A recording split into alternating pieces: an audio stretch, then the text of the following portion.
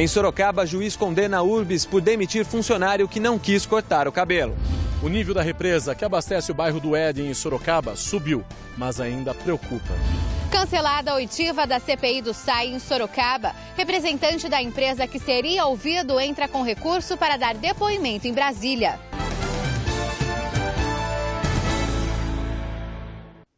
Olá, boa noite. Depois de 1 ano e 1 mês, Justiça condena a Urbis de Sorocaba. A empresa que administra o trânsito no município foi acusada de discriminação estética. Olha a reportagem. Juliano conta que passou no concurso para agente de trânsito da Urbis. Quando começou a frequentar aulas de capacitação, foi barrado logo na primeira semana. A informação que eu recebi foi que, devido ao fato de eu estar ainda com o cabelo comprido, eu não deveria mais fazer o curso, que eu estava em descumprimento com o regulamento interno. Os promotores do Ministério Público do Trabalho tomaram conhecimento do caso e entraram com uma ação civil pública contra a Urbis. O resultado foi divulgado nesta quarta-feira. O juiz da terceira vara do trabalho de Sorocaba condenou a autarquia a excluir do regulamento interno os artigos e também a uma multa de R$50 mil. Esse dinheiro deve ser revertido para obras de assistência social. É o exemplo de justiça, Nós estamos galgando justiça, foi assim com a raça humana inteira, com negros, com mulheres, com deficientes físicos. Nós estamos sempre atrás de resistir ao poder. E quanto mais se restringe o poder, mais se emana direitos. Isso é uma conquista. A luta de Juliano ainda continua. Ele aguarda julgamento da ação por danos morais e a resposta do mandado de segurança para que volte a trabalhar na Urbis. O mandado de segurança, inclusive, foi julgado em segunda instância ao meu favor para voltar a trabalhar recentemente. Ainda cabe recurso da decisão, embora de regra não tenha efeito suspensivo. Em regra, deveria já voltar a trabalhar. Que absurdo, não? A nossa equipe entrou em contato com a Urbis do Sorocaba e, por meio de nota, fomos informados que existe um regulamento disciplinar dos agentes de trânsito que deve ser cumprido e a Urbis vai recorrer. 2 adolescentes, um de 16 e o outro de 17 anos, foram detidos suspeitos por cometer uma série de roubos em Várzea Paulista. Segundo a Guarda Municipal, os jovens estavam próximos a uma escola no bairro Santa Terezinha. Na casa de um deles, os guardas encontraram armas usadas nos crimes e já na delegacia as vítimas reconheceram os dois. Os suspeitos aguardam transferência para a Fundação Casa. Um homem foi detido com 5 quilos de maconha durante fiscalização da Polícia Rodoviária de Itapetininga. A apreensão foi feita hoje pela manhã na rodovia Raposo Tavares, em frente à base da polícia. O suspeito estava em um ônibus que vinha do Paraná. Ele alegou que levava droga para Campinas. O suspeito vai ser encaminhado à DISE de Itapetininga e vai responder por tráfico de drogas. Também em Itapetininga, um homem foi preso com mais de meio quilo de droga na Vila Paulo Aires, próximo à PAI. A maconha e o crack estavam escondidos embaixo de uma geladeira. O suspeito, que já tinha passagem na polícia, foi encaminhado para o CDP de Capela do Alto.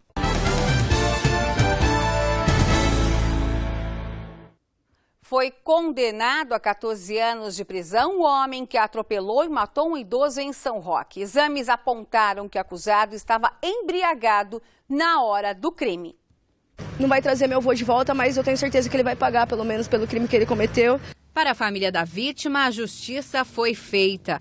O júri condenou Hilton Bezerra dos Santos, de 31 anos, por homicídio de dolo eventual, quando se assume a culpa do crime. Durante 7 horas, os participantes ocuparam o salão do júri. Do lado direito, advogado de defesa. Na mesa, promotor, juiz e escrevente. E do lado esquerdo, 7 jurados foram sorteados para definir a sentença do réu. Durante o julgamento, 4 testemunhas foram ouvidas, 2 de acusação, a neta da vítima e o policial militar que atendeu à ocorrência e 2 de defesa, conhecidas da família do acusado. O réu também foi ouvido e disse não ter ingerido bebida alcoólica no dia do acidente e que atingiu o idoso pois se distraiu com o celular, o que contradiz o exame toxicológico que faz parte do inquérito policial. A defesa contesta esse laudo. A defesa nunca concordou que o réu estava literalmente embriagado e a defesa vai recorrer. A família que estava com camisetas com a foto do aposentado se emocionou ao relembrar o caso. Fomos pelo hospital com a esperança de voltar com o meu avô vivo. A gente saiu com ele dentro de um caixão.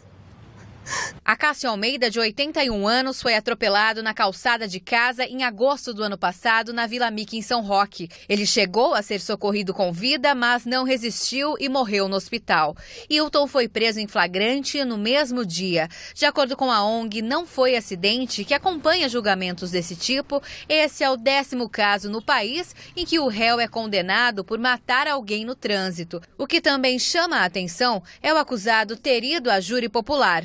Nem sempre o acidente de trânsito vai levar a pessoa a responder pelo júri popular. Na grande maioria das vezes não vai acontecer isso. O que pesou na casa dele também? O desprezo que ele mostrou, a ausência de prestação de socorro, a forma como ele se portou.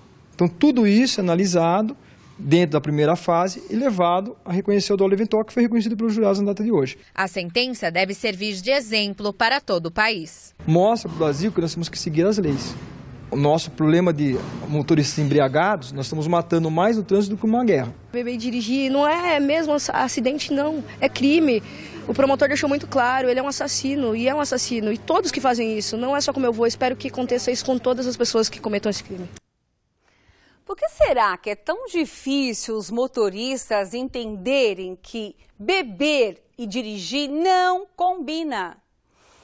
Foi cancelada a 6ª oitiva da CPI do SAI, que seria realizada hoje na Câmara Municipal de Sorocaba. O responsável pela empresa seria ouvido pelos vereadores da CPI no plenário da Câmara Municipal. O aviso de que ele não iria depor foi enviado por um juiz do Distrito Federal. A CPI pediu na Justiça a convocação do representante da empresa, mas ele entrou com recurso para ser ouvido em Brasília. A partir de agora, nós estaremos agendando, o juiz vai enviar uma data e um local onde será feita a oitiva da CPI do SAI, lá em Brasília, e o presidente da CPI, o relator e mais um representante da Câmara Municipal de Sorocaba estará dirigindo até Brasília e acolhendo o depoimento. A nova oitiva ainda não tem data definida. O depoimento do empresário deve esclarecer o abandono de obras financiadas pelo SAI, como a estação de tratamento de esgoto do bairro Aparecidinha, em Sorocaba, que foi planejada para atender 25 mil pessoas e está com as obras paradas. A empresa já responde processo judicialmente e está impedida de assumir licitações em todo o Brasil. Um desmanche e uma autoescola foram lacrados e autuados hoje na Avenida Ipanema, em Sorocaba, durante a operação do Departamento Estadual de Trânsito, que teve a parceria com a Secretaria da Fazenda, policiais civil e militar, Guarda Civil Municipal e a fiscalização da Prefeitura de Sorocaba. Segundo a Guarda, 3 estabelecimentos foram fiscalizados e 2 lacrados. 3 homens ficaram feridos após desmoronamento de terra na zona rural de Itupeva. Segundo a Polícia Militar, 2 deles foram encaminhados ao pronto-socorro da cidade. Já o outro foi socorrido pelo helicóptero Águia e foi levado para um hospital de Jundiaí. Nenhum deles teve ferimentos graves. E 2 pessoas ficaram feridas após o carro cair em Ribanceira, no bairro Tijuco Preto, em Jundiaí.